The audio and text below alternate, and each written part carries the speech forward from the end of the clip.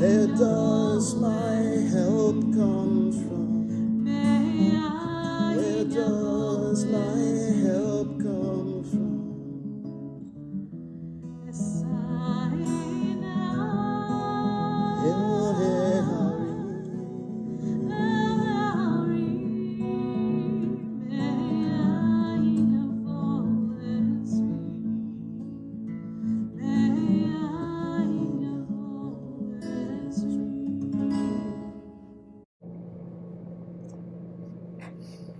Shana Tova.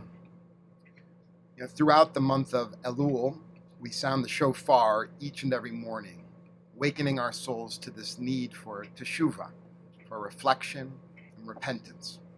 And of course, also the need for reconciliation in all of our relationships. And so now, at this time of Selichot, our efforts take on a new sense of urgency. If you look at the shofar, the rounded shape reminds us of the humility that we need to undertake these huge, enormous, challenging tasks. We note that the shofar itself cannot be used in its natural state. It requires preparation, as do the Yamim Norim, as do the High Holy Days. If we have not yet begun the work of Cheshbon HaNefesh, of spiritual accounting, the Selichot service is the time when we must arouse ourselves. So look at the shape of the shofar. From the narrowest of openings, the sound emerges through the largest expanse. And so too, if you think about it, is the same with us. We must find those places of restriction within ourselves. What is holding us back from becoming who we want to be in the year ahead? The cry of the shofar has this poignant message. It begins with tekiah, this strong full note, this sound of wholeness. And so it is with our lives. We begin our lives with the confidence of youth, ready to take on the world. And next comes shivarim, 3 broken notes. Of course, we all experience brokenness in some way, broken dreams, broken relationships, broken bodies. As our journey continues, we have teruah, 7 more broken notes, symbolizing, of course, the further sadness in our lives. The sound of the shofar, in essence, expresses for each of us the brokenness we feel. But there's a paradox. As the Hasidic teaching tells us, there is nothing more whole than a broken heart. See, the ability to feel pain, that is what makes us human. And the more broken we are, the more whole we can become. As Leonard Cohen once wrote, there's a crack in everything. That's where the light comes in. If we open up our broken hearts and let it in. Rabbi Simon Jacobson asks, why is there a broken wall as the holiest place for Jews?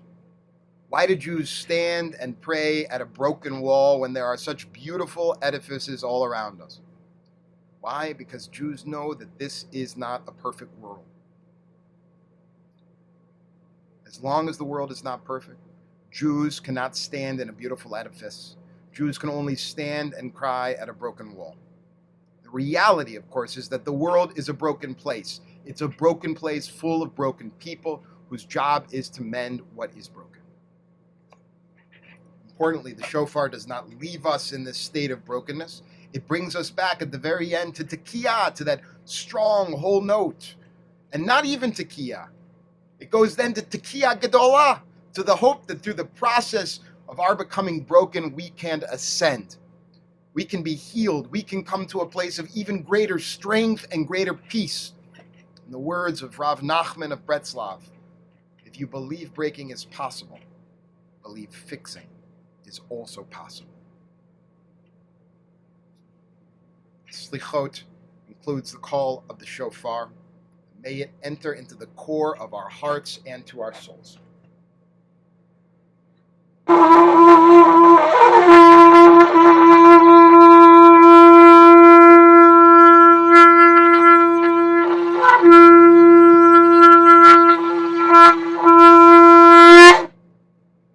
Shana Tova.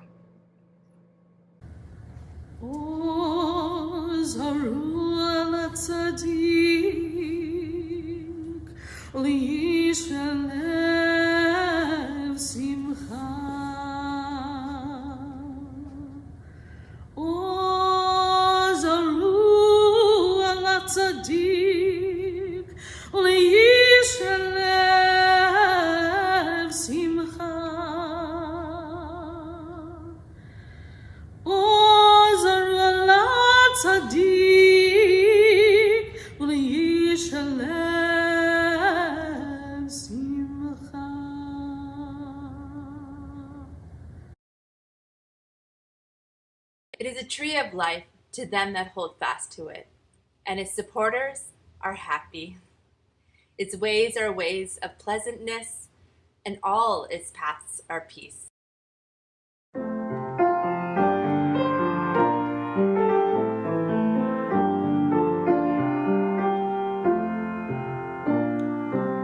Yeah.